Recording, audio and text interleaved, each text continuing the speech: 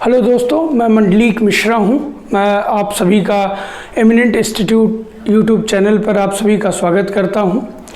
जैसा कि मैं आपको बताना चाहूँगा कि स्पोर्ट्स की क्लास मैं लूँगा और स्पोर्ट्स की जो क्लास है वो मिसलेनियस के अंतर्गत आती है। मिसलेनियस का ही एक पार्ट है स्पोर्ट्स, जो किसी भी कॉम्पिटिटिव एग्ज़ाम के लिए बहुत ही आवश्यक होता है। 2-4 क्वेश्चन ज़रूर स्पोर्ट्स से पूछे जाते हैं।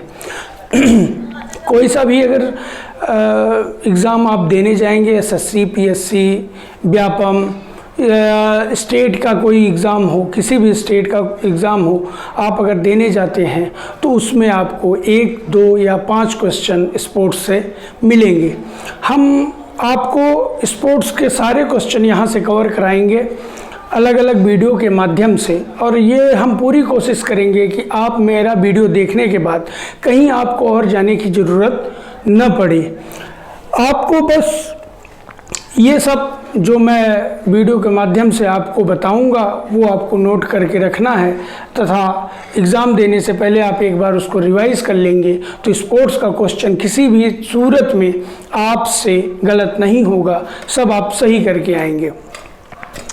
पहली बात तो ये है कि हम सबसे पहले आपको बताना चाहेंगे कि गेम और स्पोर्ट्स 2 अलग वर्ड होते हैं।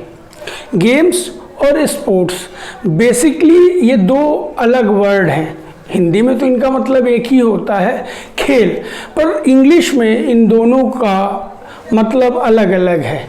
जैसे बहुत डिटेलिंग में नहीं जाना चाहेंगे, केवल हम आपको इतना बताना चाहेंगे, ये आपके शायद कॉम्पिटिटिव एग्ज़ाम में पूछे भी नहीं, बस आपके जानकारी के लिए है कि गेम्स और स्पोर्ट्स में क्या डिफरेंस है। तो आप केवल इतना जान लें कि गेम जो स्पोर्ट्स है, स्पोर्ट्स के अंदर नेचर ऑफ एक्टिविटी से हम चेक करते हैं कि कौन सा स्पोर्ट्स में आएगा और कौन सा गेम्स में आएगा। तो आप ये देखेंगे कि जो स्पोर्ट्स में है उसमें 2 तरीके की एक्टिविटी आते हैं। एक तो कॉम्पिटिटिव आता है, दूसरा नॉन कॉम्पिटिटिव आएगा। लेकिन जो गेम्स है उसमें सिर्फ कॉम्पिटिटिव आएगा। जो टीम गेम्स हैं वो जो टीम इवेंट टीमों के माध्यम से खेले जाते हैं वो सब गेम्स में आएंगे। जो इंडिविजुअल हैं या जैसे आप रनिंग, वॉकिंग ये सब करते हैं तो वो सब स्पोर्ट्स के अंतर्गत आएगा। जैसा कि मैंने आपको बताया कि कॉम्पिटिटिव और नॉन कॉम्पिटिटिव दोनों स्पोर्ट्स में आएंगे और गेम्स में केवल कॉम्पिटिटिव आएगा। हम आज आपसे बात करना चाहते हैं, हमारा टॉपिक है आज का खेल और खेल परिसर। जैसे कि बहुत ही आप लोगों को तो लगता होगा कि काफ़ी सिली चीज़ बता रहे हैं, पर बहुत सारे हमारे भाई बहन होंगे जिनको ये चीज़ नहीं मालूम होगा, और कभी कभी एग्ज़ामों में पूछ लिया जाता है कि कौन सा गेम किस कोर्ट में खेला जाता है या किस परिसर में खेला जाता है, उसका नाम क्या है। तो मैं आज आपको बताना चाहूँगा, जैसे कि आपको दिख रहा होगा कि टेनिस कहाँ खेला जाता है, कोर्ट में खेला जाता है। देखे होंगे आपके टेनिस का कोर्ट होता है। बेसबॉल के खेले जाने वाले मैदान को क्या कहते हैं, डायमंड हम कहते हैं। मुक्केबाजी कहाँ खेली जाती है, मुक्केबाजी रिंग में खेली जाती है। देखा होगा आपने कि मुक्केबाजी के लिए रिंग बनी हुई होती है और रिंग के अंदर ही खेलते हैं। बैडमिंटन कोर्ट में खेला जाता है। बैडमिंटन का जो आप प्लेइंग एरिया देखे होंगे तो वहाँ कोर्ट बना रहता है। वॉलीबॉल भी कोर्ट में होता है, कबड्डी भी कोर्ट में खेला जाता है, खो खो भी कोर्ट में खेला जाता है। गोल्फ खेल है, काफ़ी अमीरों का खेल माना जाता है गोल्फ, वो कोर्स में खेला जाता है। वो काफ़ी लंबा चौड़ा मैदान होता है, हरे घास का मैदान काफ़ी लंबा चौड़ा रहता है, उसको बोलते हैं कोर्स। निशानेबाजी रेंज उसको बोली जाती है। आप देखते होंगे कि जब निशाना लगाते हैं तो एक रेंज पे माने एक रेंज दी जाती है, वहाँ उनका जगह दी जाती है निशाना लगाने के लिए, उसको रेंज बोलते हैं। कुश्ती देखे होंगे आप, मैट पे खेली जाती है।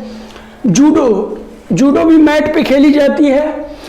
टेबल टेनिस बोर्ड पर खेला जाता होगा, देखा होगा आपने कि टेबल टेनिस एक बोर्ड की तरह रहता है, उसी पे खेला जाता है। रग्बी पिच पे खेली जाती है। पोलो फील्ड पे खेला जाता है। क्रिकेट फील्ड और पिच दोनों में। क्रिकेट पे आपने देखा होगा कि बीच में पिच बनी रहती है और उसके चारों ओर फील्ड रहती है। हॉकी भी फील्ड में खेली जाती है। साइकिलिंग जो है वो वेलोड्रम जो साइकिलिंग जहां इवेंट कराया जाता है उसको वेलोड्रम बोलते हैं, मध्य प्रदेश के जबलपुर में है भी। आइस हॉकी को रिंक बोलते हैं और घुड़सवारी को एरिना बोलते हैं।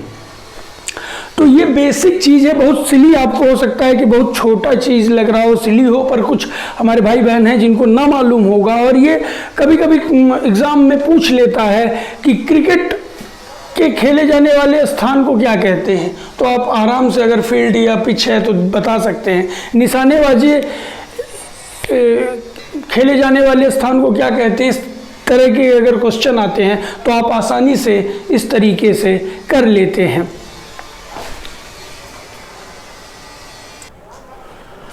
तो दोस्तों हम आगे देखते हैं कि किस खेल में कितने खिलाड़ी होते हैं। जनरली ये भी क्वेश्चन पूछा जाता है कि किस खेल में कितने खिलाड़ी होते हैं, चाहे एसएससी हो चाहे स्टेट पीएससी हो, उन सब में ये क्वेश्चन पूछे जाते हैं अक्सर। हमने जो पुराने क्वेश्चन पेपर एनालिसिस किया है उसके हिसाब से हम बता रहे हैं आपको कि ये कभी कभी क्वेश्चन पूछ लिया जाता है कि किस खेल में कितने खिलाड़ी होते हैं। तो हम आज आपको बताना चाहेंगे कि क्रिकेट में 11 खिलाड़ी होते हैं, फुटबॉल में 11, हॉकी में भी 11, खो खो में 9, कबड्डी में 7, वॉलीबॉल में 6, बास्केटबॉल में 5, पोलो में 4, स्नूकर में 1।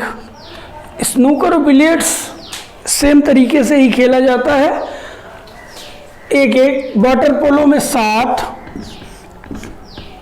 नेटबॉल में 7, बेसबॉल में 9, रग्बी फुटबॉल में सबसे ज़्यादा, अगर आपसे क्वेश्चन कभी पूछ लिया जाए कि किस खेल में सबसे ज़्यादा खिलाड़ी खेलते हैं तो 15। जिम्नास्टिक में 8 की टीम, टेनिस में 1 या 2 माने सिंगल्स और डबल्स दोनों होता है, सेम बैडमिंटन में है, चेस में सिंगल और टेबल टेनिस में भी 1 और 2। तो आप इसको नोट डाउन कर लें। हम आपको और एक चीज़ बताना चाहेंगे कि जो एथलेटिक्स में जितने इवेंट हैं ज़्यादातर मोस्टली 80-90% जो इवेंट है वो इंडिविजुअल हैं। इंडिविजुअल हैं, चाहे वो रनिंग हो, चाहे वो लॉन्ग जंप हो, हाई जंप हो, या सिर्फ रिले रेस को छोड़ के जो 100x4, 4x4 जो रिले रेस होती हैं उनको छोड़ दिया जाए तो बाकी सारी जो इवेंट हैं एथलेटिक्स में वो सब इंडिविजुअल हैं, माने अकेला ही पार्टिसिपेट करेगा, अकेला ही मेडल लेगा या जीतेगा। तो दोस्तों अगर आपको यह जानकारी पसंद आई हो तो हमारे चैनल को सब्सक्राइब कीजिए, लाइक कीजिए, बेल आइकॉन प्रेस कीजिए, जिससे अगली क्लासेस का नोटिफिकेशन आप तक पहुंच जाए। अगर कोई सुझाव हो, कोई क्वेरी हो तो कमेंट बॉक्स पर कमेंट करें और मैं चाहूँगा कि आप हमसे जुड़े रहें। धन्यवाद।